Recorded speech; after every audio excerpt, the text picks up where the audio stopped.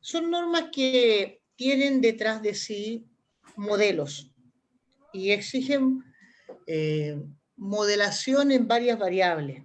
Eso es como yo diría, lo más fuerte de ambas normas. Y vamos a tener que ir un poco más allá de lo que es la contabilidad, porque la contabilidad y las normas IFRS definen cierto marco de referencia, cierta lógica para abordar estas valorizaciones. En el fondo son valorizaciones. Pero son valorizaciones en que no es la valorización clásica con un flujo de caja libre del accionista, sino que hay que generar el modelo.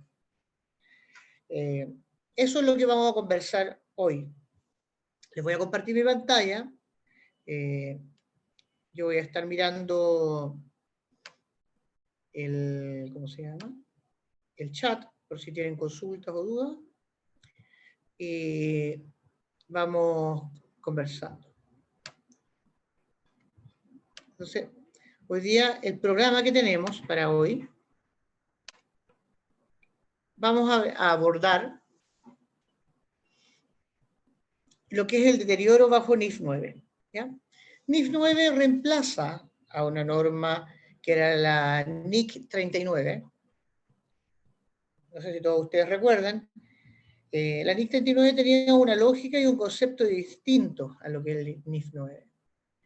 Que me parece que al incorporar NIF 9, en el fondo hay un cambio sustancial en términos de cómo interpretar o reflejar de una mejor forma lo que sucede en un estado financiero. Acuérdense que finalmente eso es lo que todos buscamos, que el estado financiero refleje de la forma más fidedigna lo que ocurre en la empresa. Entonces es importante tener claro eso y vamos a hacer énfasis en esa primera parte. Aquí lo que queremos, más que cumplir con la norma, porque por cumplir con la norma eso es fácil, eso se puede hacer siempre. Pero aquí yo creo que no queremos cumplir con la norma. Aquí en el grupo, los que estamos, somos gente que quiere ir más allá. Y en el fondo queremos encontrar la mejor forma de reflejar cómo se comporta la empresa. Entonces, vamos a hablar de la NIC 39, los cambios que ocurrió. La entrada en vigor, ¿cuándo comenzó esta norma? Esta norma comenzó ya hace un tiempo, sin embargo todavía me he topado en el mundo de la consultoría con empresas que no la han abordado. De hecho, recientemente acabo de terminar un modelo para una empresa bastante grande que no había hecho algo y tuvo que hacer unas mejoras. Casos, esta norma habla, oye, ¿sabes qué? Deberías construir un modelo de pérdida esperada. Entonces, porque aquí nos cambiamos la lógica, que es lo que tenía NIC 39, que era un modelo de pérdida incurrida, o sea, cuando ocurre la pérdida, en el momento que yo me doy cuenta, por ejemplo, las cuentas por cobrar, en que no me van a pagar, deterioro. Pero generalmente cuando uno ya se da cuenta es demasiado tarde. ¿Ya?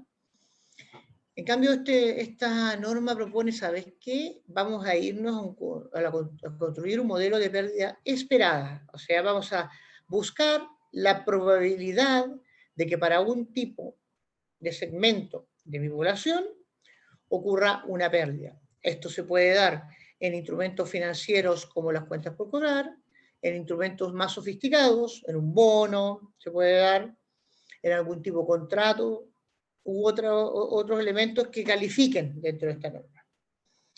Después vamos a ver las características de un modelo de deterioro bajo pérdida esperada. ¿Por qué? ¿Qué es lo importante de esto? Porque para hacer un modelo no es llegar y tomar una serie de datos y meterse a Excel y buscarle una curva. No es así. Tiene que tener ciertos parámetros y ciertos estándares que vaya reflejando y que sea un modelo con vida. ¿A qué me refiero un modelo con vida? Un modelo que se vaya reaccionando al comportamiento de ciertas variables, tiene que incluir elementos macroeconómicos. Vamos a después ver los impactos que produce esto y los impactos de los estados financieros y su revelación. esa es la agenda para hoy, así que eso es lo que les voy a contar. Entonces, primero vamos a enfocarnos en cuáles son las principales diferencias de esta norma. Y básicamente tiene tres elementos. Primero, aquí cambia todo el concepto de clasificación y medición de los activos financieros. Vamos a hablar más adelante que la clasificación ya no depende de cuál es el activo financiero, en cierta medida igual depende de eso, pero también tiene una relación con la forma que yo utilizo ese activo financiero dentro de mi empresa. ¿Ya? Pues esta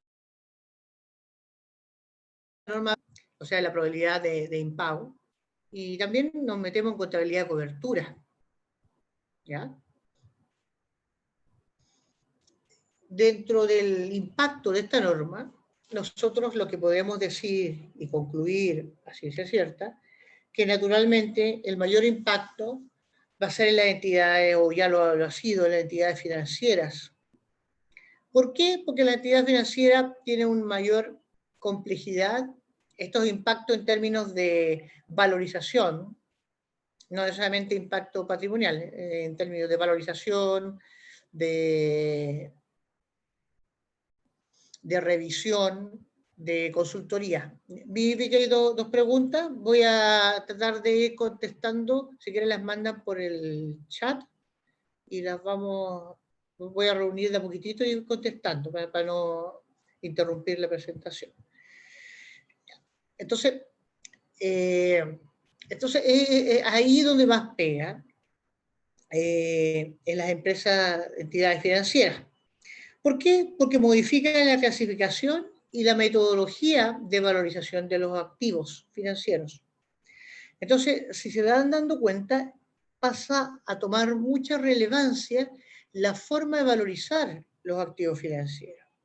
Entonces, de ahí es que entra en la lógica de los modelos de valorización. ¿Ya? Se anticipa el reconocimiento del deterioro, o sea, nosotros sabemos que los activos financieros, por sus características, están sujetos a deterioro.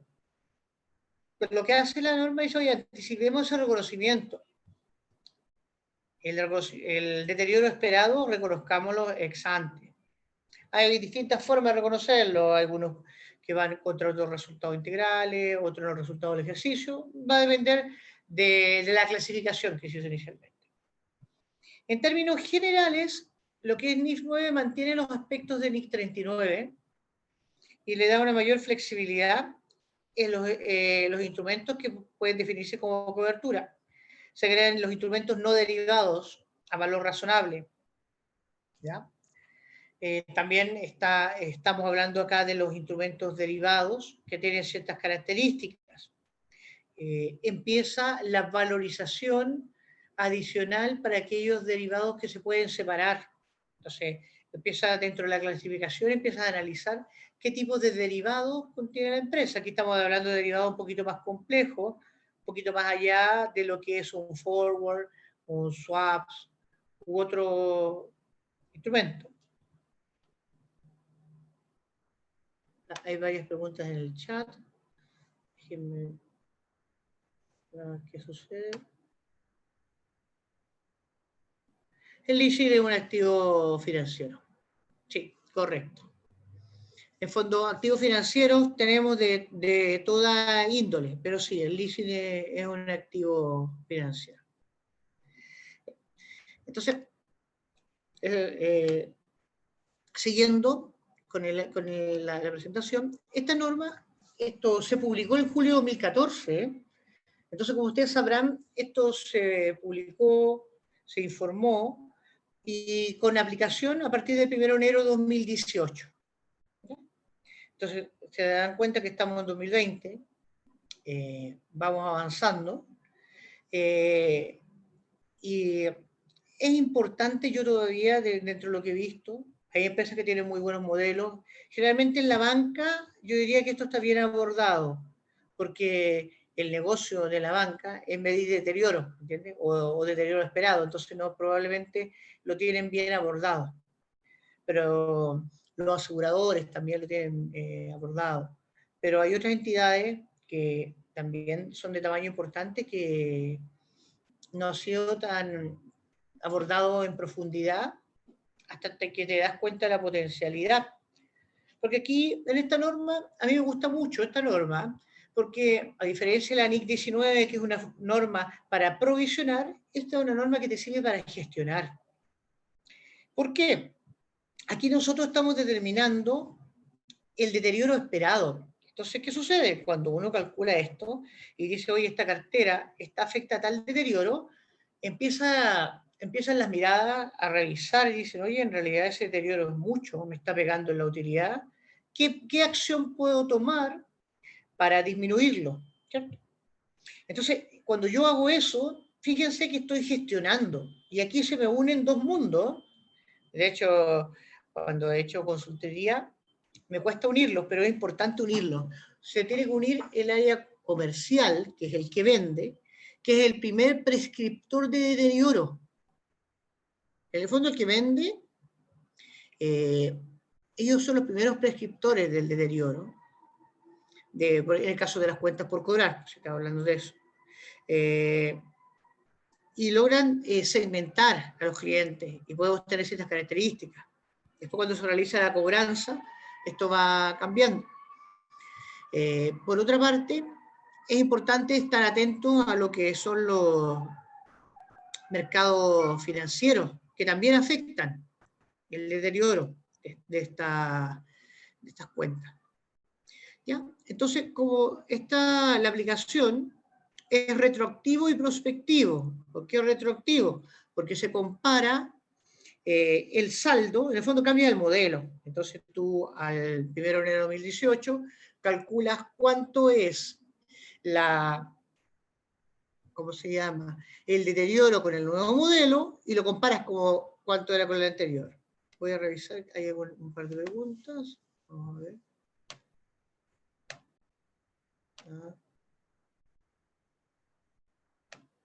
No, parece que no. Ya. Espectadores. Mónica Fuentes preguntó algo. ¿Mónica? ¿Aló, Mónica? Te activé, parece, Mónica, no sé. Mónica, ¿querías decir algo? ¿Me escuchan? Perfecto. Ya, no he preguntado nada. Lo que pasa es que al principio cuando me conecté no escuchaba, pero pero no, ahora escucho súper bien, estoy súper concentrada con la información. Así que sigan nomás, no estoy preguntando nada. Ya, ok, gracias. Gracias. Ya, bueno, vamos a seguir. Entonces, eso es lo que sucede con esta norma. Y eso, como decíamos, comenzamos con esta norma, se evalúa cuál es la diferencia, cuál es el efecto que se produce al cambiar norma, y en el fondo tú cambias de norma. En el fondo, naturalmente, lo más probable es que si al utilizar este nuevo modelo, podría surgir que se incrementa el deterioro porque está midiendo un deterioro esperado. Es probable.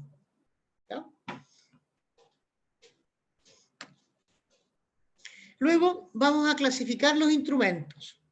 ¿Ya? Aquí este cuadrito indica cómo se clasifican los instrumentos para hacer todo este análisis. Es un cuadro que a mí me gusta bastante porque permite hacerse una mirada global de lo que estamos considerando.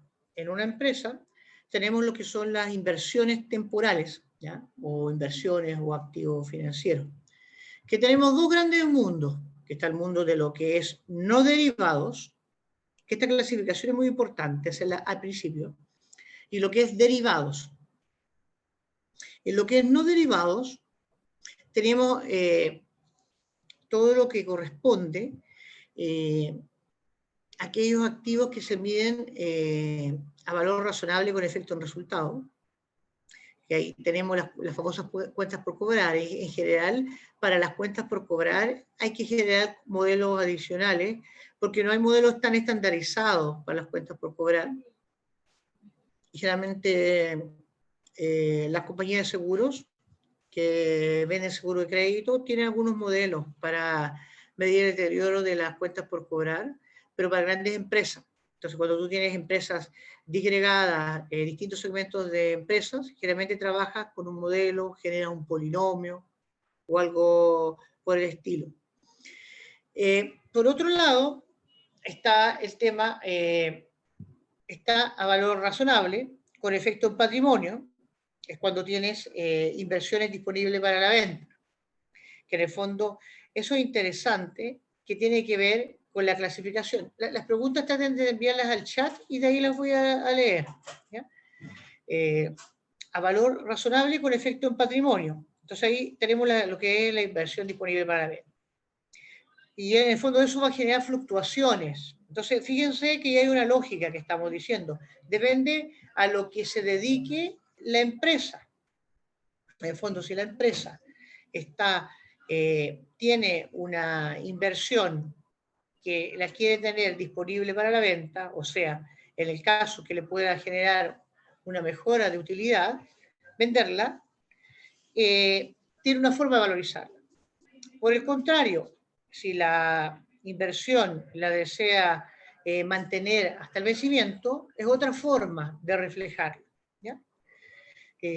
Por ejemplo, el caso famoso de las cuentas por cobrar generalmente son a costo amortizado porque las cuentas por cobrar no se transan en el mercado, yo no las vendo, ¿entiendes? Una empresa, salvo empresas de estilo con algún modelo financiero detrás, podría ser diferente. Y por otro mundo tenemos el tema de lo que son los derivados, que se clasifican en dos mundos: los derivados explícitos, que son los clásicos que todos conocemos, que es lo que es swaps, forward, futuros y opciones, que eso se debería medir a valor razonable con efecto en resultado. Aquí va a depender de las características del instrumento. Si estamos hablando de aquellos forwards de moneda que tienen una característica más o menos estandarizada de valorizar, a veces los auditores aceptan que sea la valorización que otorga el banco. Para ser purista en esto, en estricto rigor, si uno tiene una cartera importante, debería tener su propio modelo de valorización. ¿Ya? Y con eso puede valorizar swaps, forward, futuro, opciones. Y hay empresas que se dedican a eso. ¿Ya?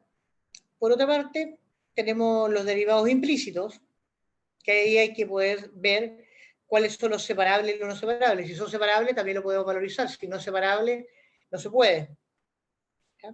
Entonces, este es el análisis principal que hay que hacer.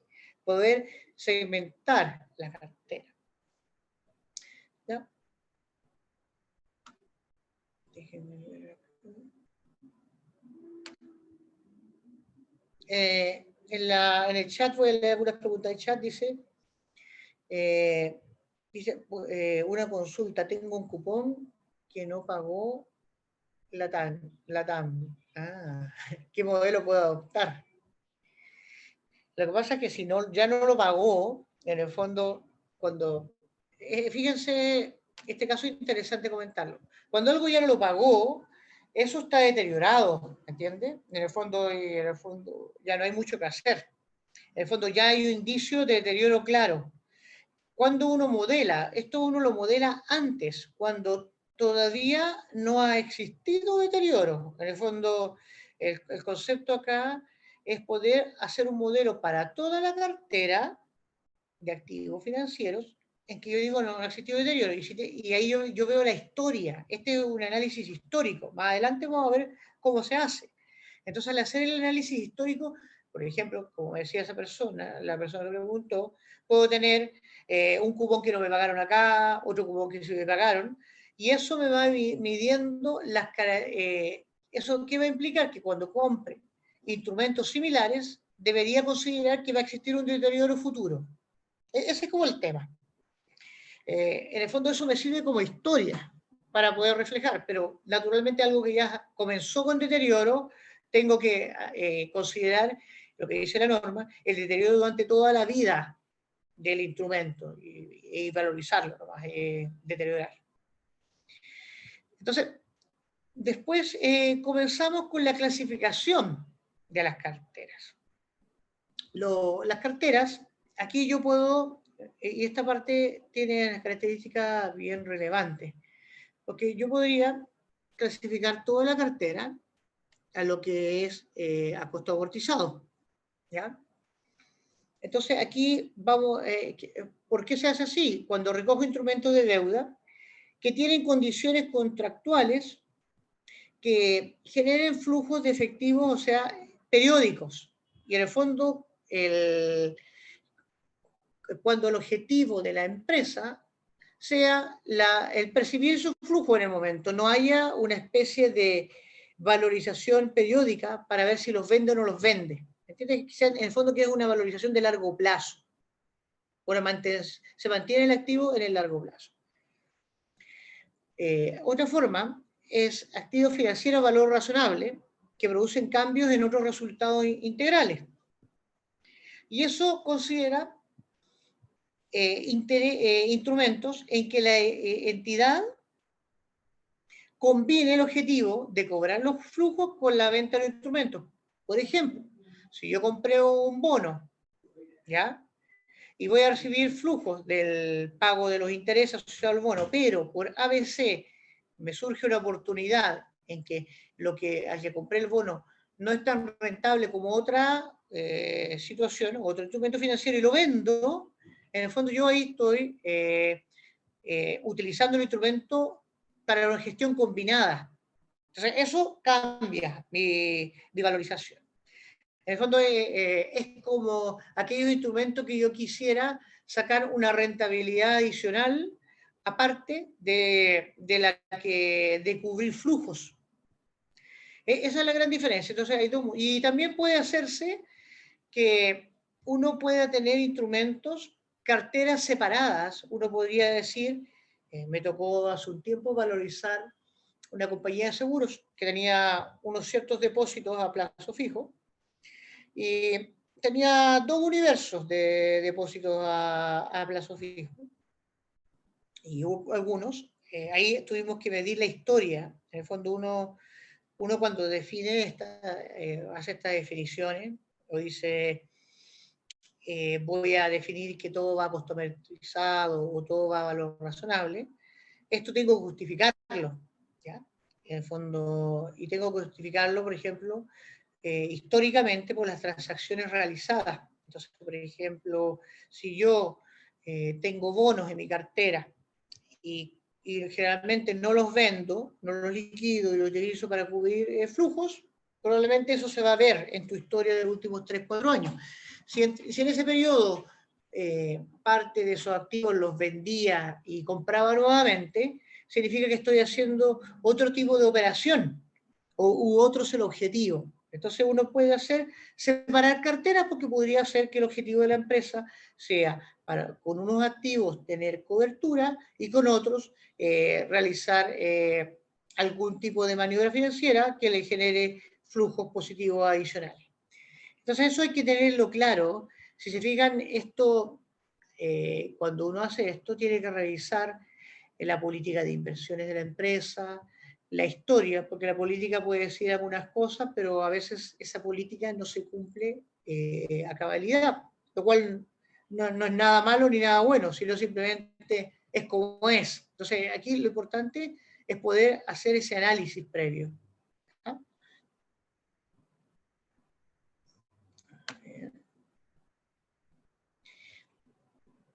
Ya, el modelo de negocio. En el fondo, aquí estamos hablando de dos modelos de negocio que tienen que ver con mantener lo que les decía recién. En un modelo yo puedo tener tres opciones. Puedo mantener los activos financieros para percibir flujos futuros. Eso es lo que utilizan mucho las aseguradoras, que en el fondo, por ejemplo, para el negocio de renta vitalicia, la aseguradora compra instrumentos para hacer un pago futuro de ellos. En fondo, y le interesa que cuando ocurra el siniestro, le pague ese instrumento y pueda pagar esos flujos. Ahí ese es el ejemplo clásico. Después, otro modelo de negocio que me interesa generar utilidad con la venta de estos activos. Por ejemplo, me compro un paquete accionario. Pues bueno, puede haber los dos objetivos, que el paquete accionario lo compro para respaldo, o simplemente que quiero esperar a que suban o bajen y comprar o vender. O puedo tener la mezcla de ambos objetivos. Entonces, eso se tiene que escribir. Aquí es importante escribir estas cosas. Entonces, para hacer esto, la entidad tiene que considerar la frecuencia, el monto, el calendario de venta en ejercicios anteriores, cuántas veces ha vendido, los motivos de esas ventas y las expectativas en relación con la actividad futura, porque probablemente las ventas anteriores pueden tener ciertas características, pero a futuro voy a actuar como empresa de otra forma. Eso también es importante dejarlo expresado. Entonces, también las becas, también se habla de las becas poco frecuentes o poco significativas, porque probablemente si los montos o las transacciones fueron muy pequeñas en relación al resto, se podría hablar de inmaterialidad y tampoco eso considera. Entonces, ese análisis es un análisis previo.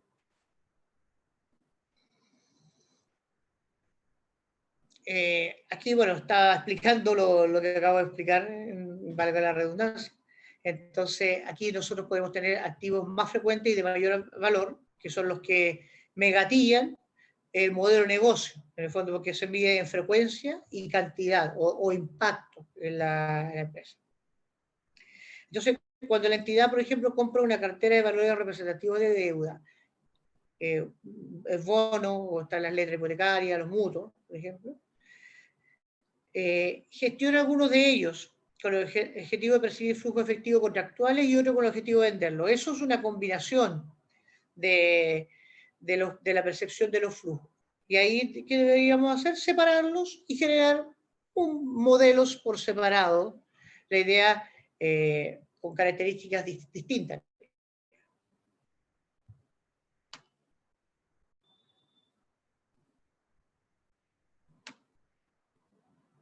Ya,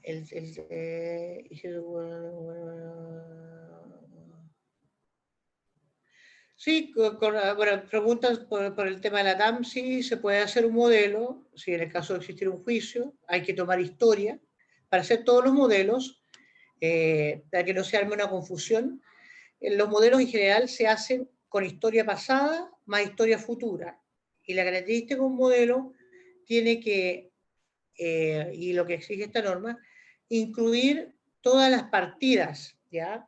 Entonces, tiene que ser un modelo que no solo aplique de una forma para un tipo de instrumento y de una forma asimétrica para otro, salvo que yo lo defina de esa forma. Entonces es importante el cómo se define el modelo, pero sí se puede modelar bastante esto. ¿Qué sucede ahora cuando ya el activo financiero está deteriorado? ¿Ya? Por ejemplo, ¿qué sucede cuando porque una cosa es cuando yo compro un instrumento y tengo la esperanza de pago de los flujos.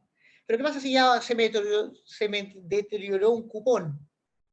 Probablemente yo voy a esperar que se deterioren más. Entonces, yo ahí ya, cuando no hay nada deteriorado, yo voy a trabajar con las pérdidas de crédito esperadas en los próximos 12 meses. Y eso es el modelo predictivo. Pero ya, cuando hay un indicio de deterioro más concreto, lo que recomienda la norma, es analizar cómo afectaría este deterioro durante toda la vida del instrumento, porque si se deterioró un cupón, es muy probable que se vayan deteriorando los demás.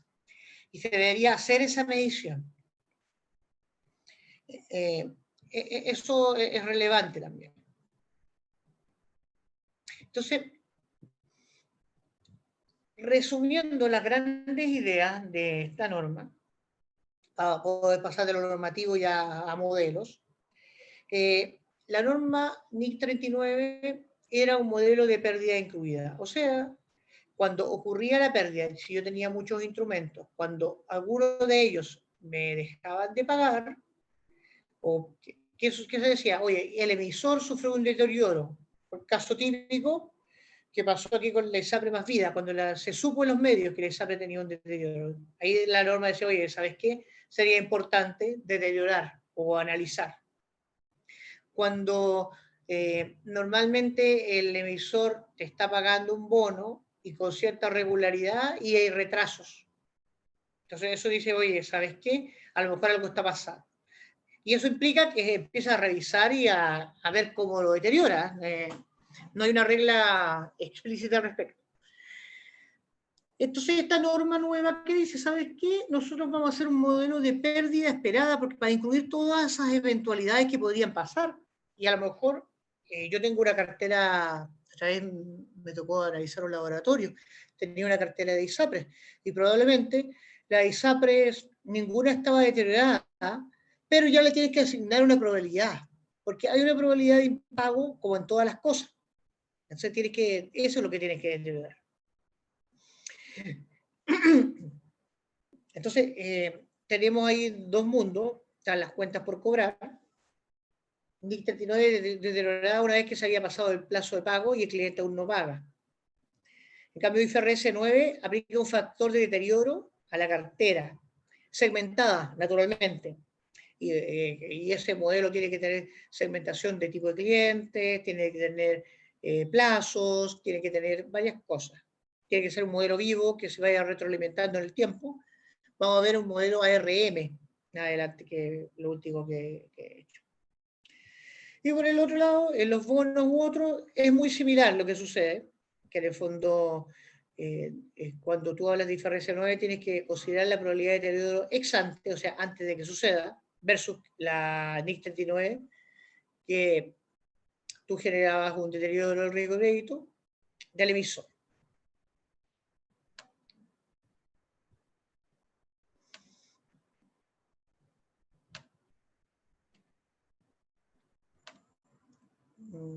Ya.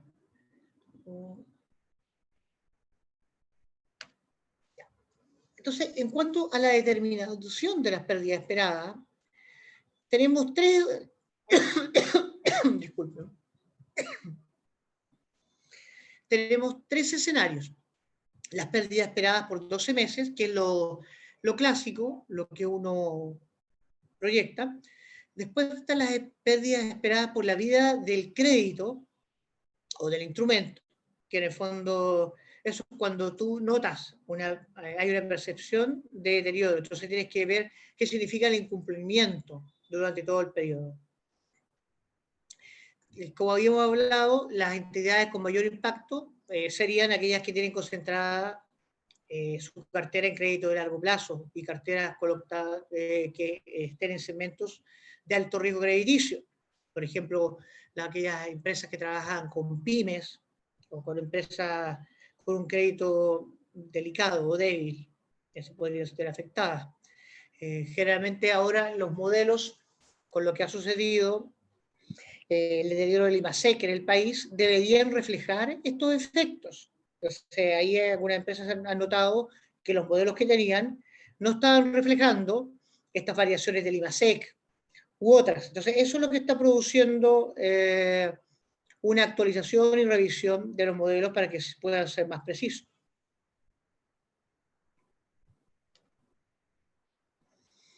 El modelo clásico, y esto viene de Basilea, de la banca, Basilea II, acuérdense que nosotros tenemos dos grandes normas, dos grandes mundos, uno lo que es Basilea II, bueno, estamos en Basilea III, que tiene que ver con la banca y que en el fondo se aplica un gran modelo para el deterioro de las pérdidas, la medición de deterioro.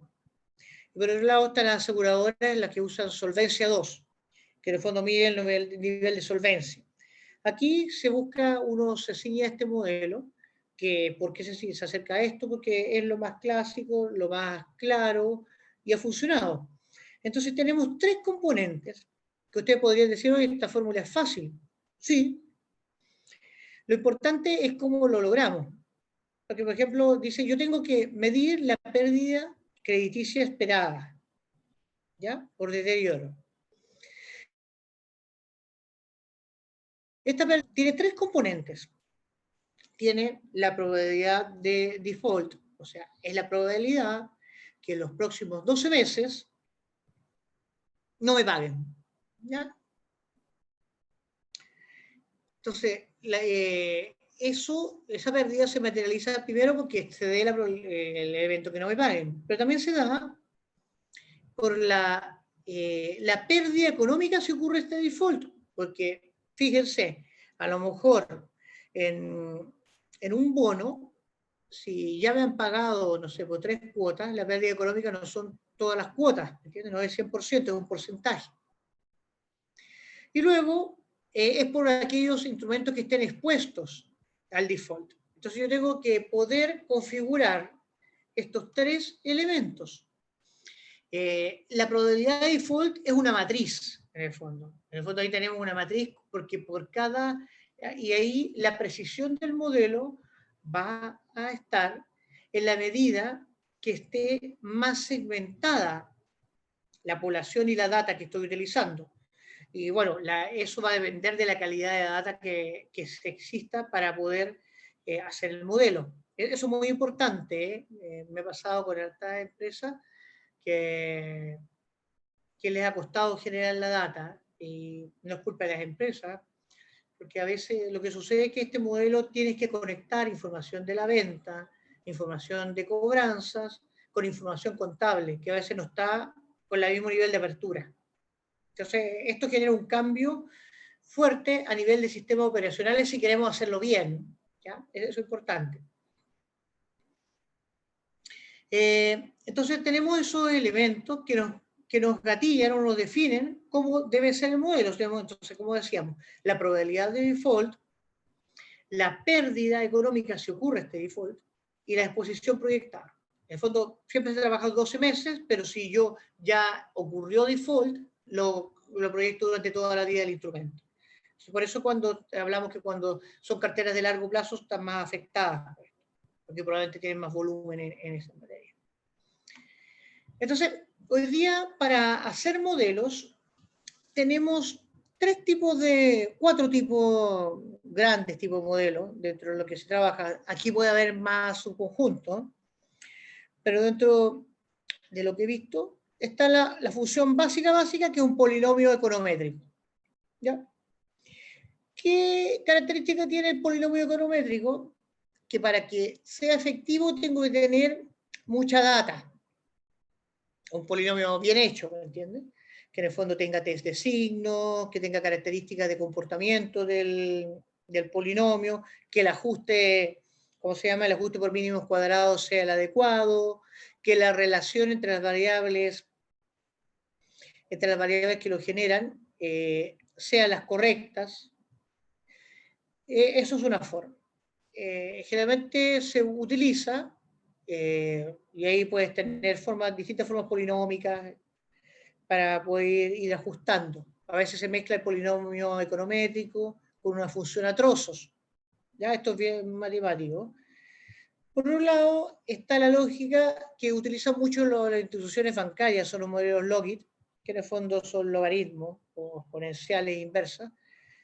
Para modelar esto, los modelos Logit generalmente tienen buena aplicación en lo que es instrumento financiero, pero tienes que tener bastante información y bastante precisa. Entonces, hay mucho trabajo ahí en la limpieza de información.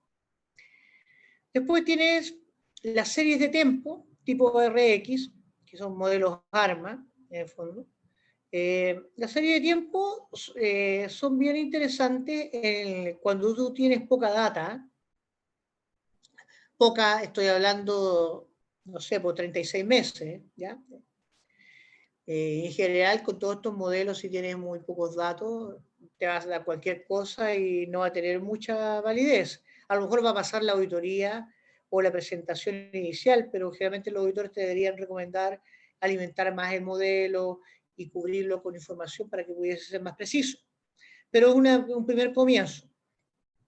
Entonces, las series de tiempo, ¿cuál es la gran gracia? Que te permiten trabajar de forma recursiva. Entonces se va alimentando con información periódica. Entonces esto sirve cuando tienes modelos estacionales que pueden ir cambiando en el tiempo. Entonces te da, es muy buen predictor. Lo que sí que tiene, ¿cuál es el defecto? Que hay que tratar de actualizarlo muy periódicamente. Se recomienda una actualización, a ver, en general todos lo están haciendo una vez al año, pero si ustedes me preguntan cómo debería ser una serie de tiempo, yo la actualizaría ojalá trimestralmente, ¿verdad? Porque tiene esas características, para que el nivel de predicción sea adecuado. Y por un lado, ya pasamos a una etapa más elevada, que algunas entidades financieras, me tocó ver en Alemania, la gente de Generali, utilizaba redes neuronales artificiales. Bueno, en neuronal artificial hay una que se llama Perceptron, hay varios, que en el fondo no es más ni menos que son algoritmos sobre algoritmos. Entonces es una mezcla de algoritmos frente a alimentación de data y que va generando distintas salidas. Y bueno, tienen su programación especial, no te sirve programarlo en cualquier cosa, se trabaja mucho con MATLAB u otra Python u otro tipo de herramientas, y la gente que sabe redes neuronales artificiales son pocos. Pero en general, cuando yo abordo estos temas de redes neuronales artificiales, lo abordo con mi socio, que él trabaja, es investigador de la Universidad de Boston y se mete bastante en estas cosas. Pero es un tema más sofisticado. Pero se trabaja. Acá les voy a comentar que me parece, antes de pasar a una explicación un poco más detallada de cada uno de estos modelos, les voy a explicar la información que siempre se pide o que es necesario cuando yo estoy haciendo este análisis. Por ejemplo, yo dije, necesitaríamos primero, se necesita separar, son tres mundos. El stock vigente, o sea, la cartera vigente, tenemos que tener cortes mensuales por lo menos. Si son quincenales, ideal, porque ahí tenemos más información, pero va a depender de la estacionalidad que tenga la empresa o el ciclo de cobro. Un número de operación o un identificador, el root del cliente, porque un cliente podría tener más de una operación. La fecha de cierre contable, el tipo de operación, a veces hay renegociaciones de los mismos clientes, entonces eso cambia. El saldo insoluto de deuda, los días de demora que lleva el cliente. ¿Por qué? Porque mientras más días demora, la probabilidad de deterioro se incrementa. Los segmentos de clasificación interno, eso es muy importante porque si una empresa tiene segmentos internos de clasificación, significa que conoce en cierto modo el comportamiento de tus clientes. Entonces eso ayuda mucho porque probablemente no van a tener el mismo comportamiento un cliente grande que un cliente pequeño. Los tipos de cuentas por cobrar. Entonces aquí es importante el medio, ya sea PAC, PAT, factura, cheques, letras, u otro que existe. Todas las variables sociodemográficas posibles, por ejemplo, la edad, las patentes asociadas, el RUT, el año del vehículo, en caso que sea, pasen, por ejemplo, autopistas, pórticos, comunas. Por ejemplo, la comuna también podría determinar una característica de pago o no pago de la persona. El monto de la provisión actual, lo que está deteriorado, los números de meses que se han pagado y los que se deben. Indicar marca, si el cliente está inactivo o ya fue castigado, porque a veces la empresa ya deteriora al cliente. Por otra parte, tenemos los castigos históricos. Entonces, tenemos detalle de la cartera, porque está el grupo de aquellos operaciones que la empresa dijo ya, la probabilidad de que esto me paguen es cero y la castigo. Pero independiente que estén castigados, no sirve para el modelo, porque en el fondo con esto estamos diciendo, mira, estos son los que nunca pagan. Entonces, esta proporción, ¿cuánto es por cada segmento dentro del total? Y esto nos permite utilizar después esta información a futuro. Obviamente los castigos hay que limpiarlos por las características, porque si hay un tipo de operación que ya no se realiza, va a ser diferente. ¿Entiendes? Los recuperos. ¿Por qué son importantes los recuperos? Porque también a veces se castiga, pero a veces hay recuperación de estas carteras. Entonces eso también puede afectar. Entonces esto es como información típica que uno está pidiendo para poder hacer el modelo. Entonces significa que tenemos una información de lo que es el stock vigente, los castigos históricos y los recuperos de los castigos. Ahora pasando un poquito más a los modelos de deterioro, vamos a, por ejemplo, aquí esta es una matriz que mide las probabilidades de migración de un rating de un año a otro. En el fondo, si yo, porque a veces yo dentro de mi cartera podría decir tengo ciertos instrumentos. Espera un segundo.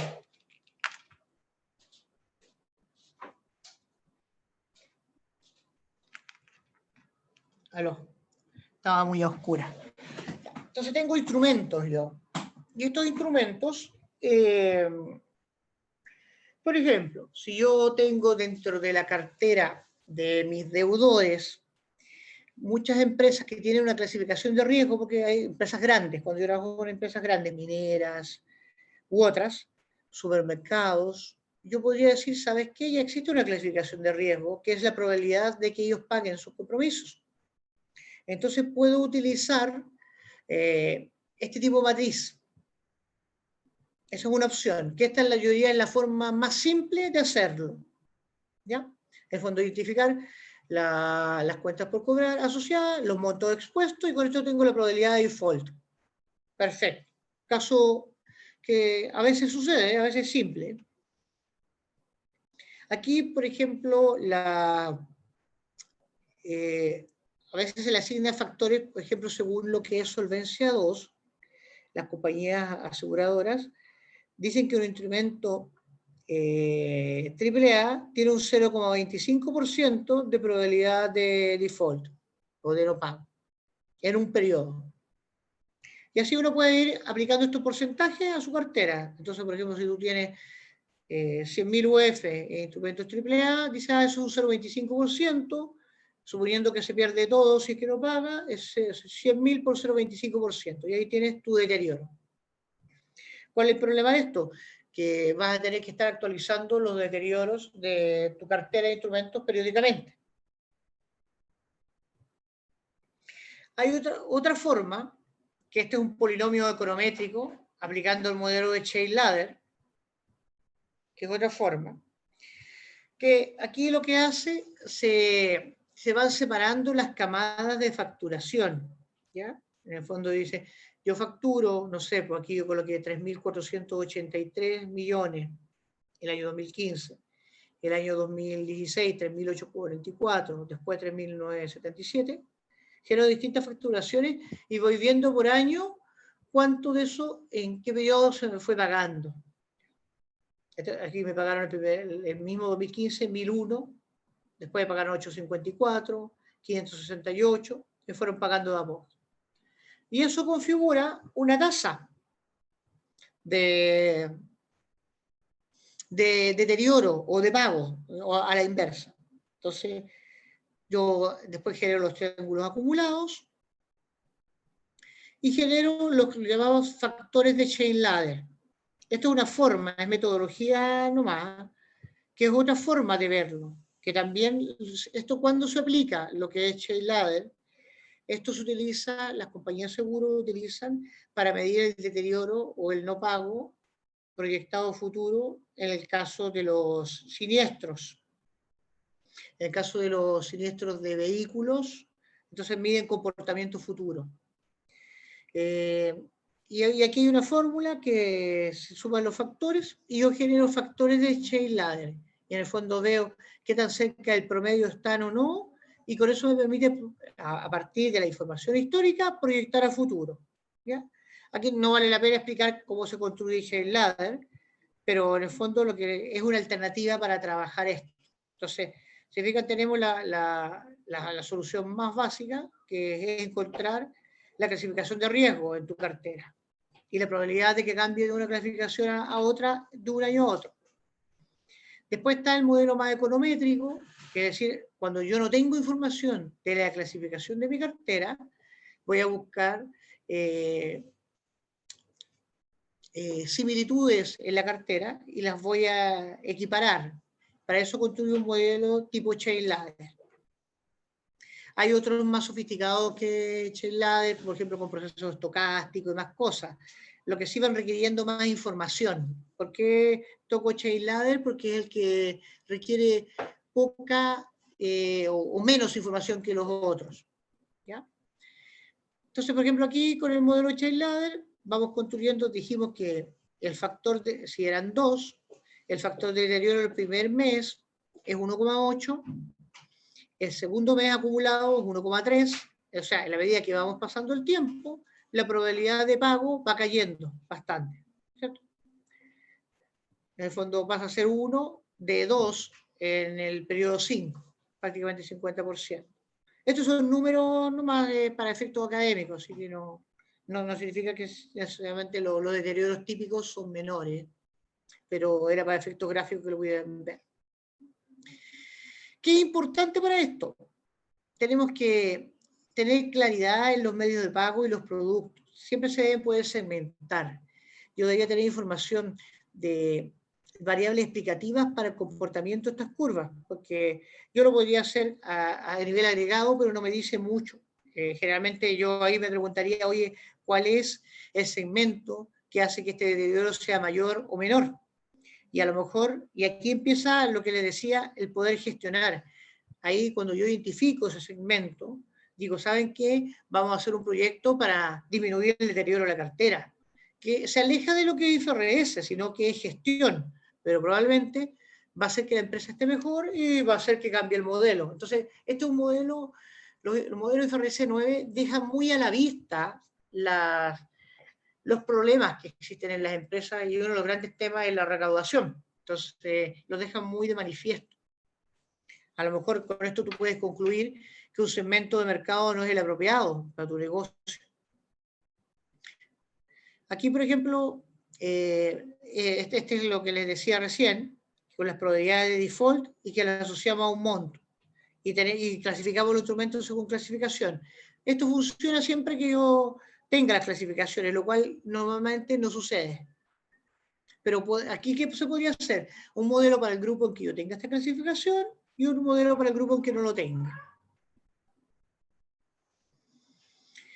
Otra forma de verlo, por ejemplo acá, aquí estamos, esta es una matriz que está relacionada a las probabilidades de deterioro en relación a la variación del IMASEC. ¿Por qué? Porque lo hicimos para poder relacionar instrumentos de buena clasificación en relación a si la variación del IMASEC era negativa, se producía un deterioro o no en su probabilidad de pago. Entonces, fíjense que los instrumentos C se incrementaba desde el 23% a 28% se producía. ¿Esto cómo se hace? Se toma data, se corren distintas series y se empiezan a comparar. Y acá está como lo que le llamamos la estrellita de esto, que son los modelos ARX, que tienen la característica de estos modelos ARX. Nosotros lo estamos utilizando bastante porque hoy en día, con el cambio en las condiciones de mercado o condiciones macroeconómicas, está medio inestable el tema. Entonces, un modelo econométrico no es muy bueno para predecir estas cosas, un modelo lógico tampoco. Entonces, entramos a los modelos con series de tiempo, que uno tiene dos polinomios, para explicarlo de forma simple, aquí no es la idea profundizar en esto, pero es un modelo que tiene dos polinomios, un polinomio base y un polinomio de retardo. ¿Qué es lo que hace el polinomio de retardo? Refleja la historia pasada y vas cambiando. Tienes el polinomio A, que es el polinomio de partida, y el polinomio B le vas agregando información histórica, que en este caso la sacamos de la misma empresa. Y le agregas una variable de ruido, que esto es como cuando se modelan las señales eléctricas, que tiene que ver con la variación del IMASEC, que eso genera que el polinomio se mueva de un lado para otro. Fabián me estaba preguntando algo. A ver, preguntas. No, no hay nada.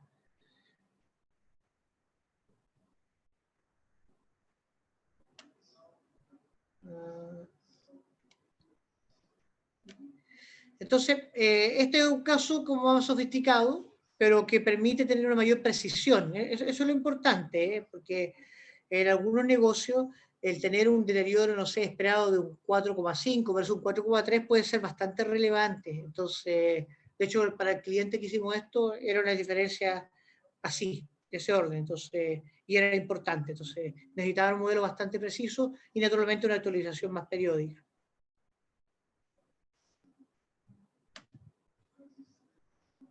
Bueno, eso es lo que tenía preparado para ustedes. Si alguien quiere comentar, hay consultas en el chat. Voy a mirar si hay consultas en el chat.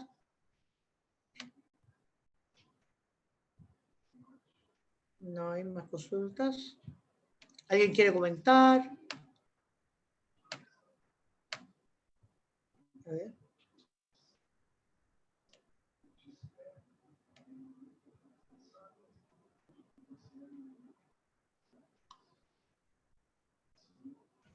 ¿Aló, Ricardo? Bueno, sí, parece que... Habían unas preguntas. ¿Estoy solo?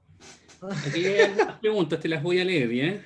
Ya. Dice, por ejemplo, Guadalupe Fernández, dice, ¿qué modelo me recomendaría aplicar para una empresa con una cartera pequeña que no tiene mucha demora en la recuperación de la cartera? Esto hablando de cuentas por cobrar comerciales. No tiene mucho demora, debe ser un deterioro menor al 1%, me imagino. Ahí se podría utilizar un modelo tipo, tal vez un chain ladder podríamos utilizar. Si tiene muy poca data, podríamos trabajar un modelo tipo ARX también. Habría que analizar el caso, pero por ese lado yo me iría. Porque de eso una empresa pequeña no tiene clientes grandes, me imagino. Ok, dice otra pregunta, para un colegio, se me olvidó, espérate. Para un colegio con cuentas por cobrar, ¿qué modelo se puede usar? Es interesante los colegios. El colegio, la característica que tiene es que no tenemos, como los casos del modelo de deterioro en que tenemos clasificación de riesgo, ahí no existe, porque en el fondo tengo deudores que son los apoderados. Entonces, en ese caso, yo ahí debo hacer un modelo polinómico.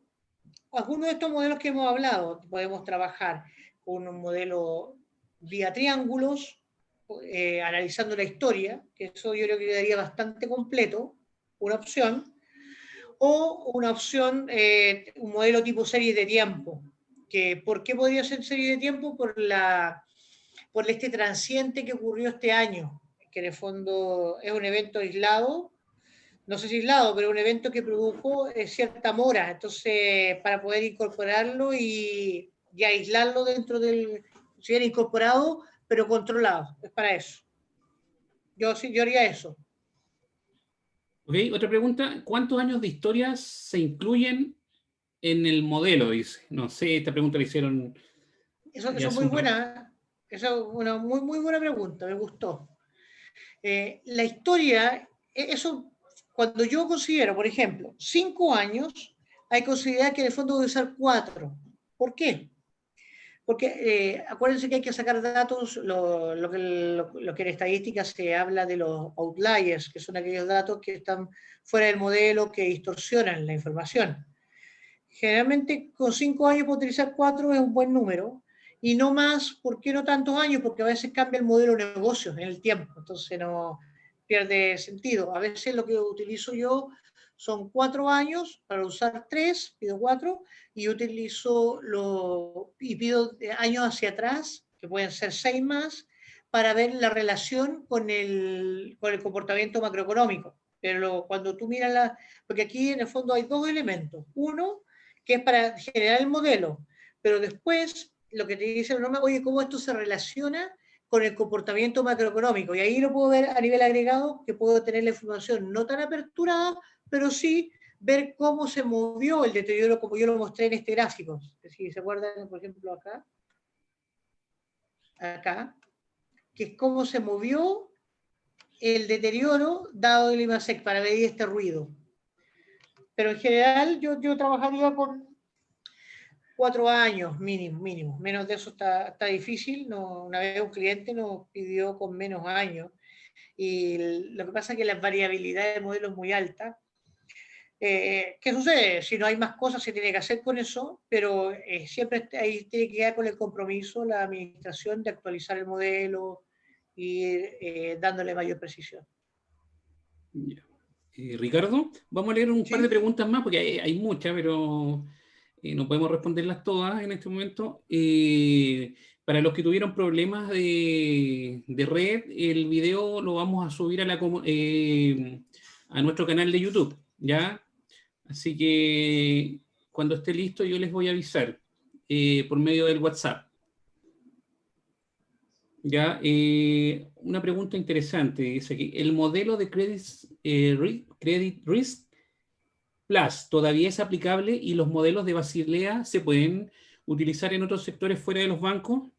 Sí, totalmente. Los modelos de Basilea simplemente son modelos que uno los toma en el fondo y sí se pueden utilizar totalmente. De hecho, generalmente yo mezclo a veces lo que es Basilea con algo de modelos de aseguradoras. Los aseguradores miden todo, entonces tienen historia metodológica en estos modelos que sirve bastante. Ya mira, hay una pregunta más. Dice, en el caso de que existan créditos en los cuales se suspendieron el pago, un bullet, ¿cierto?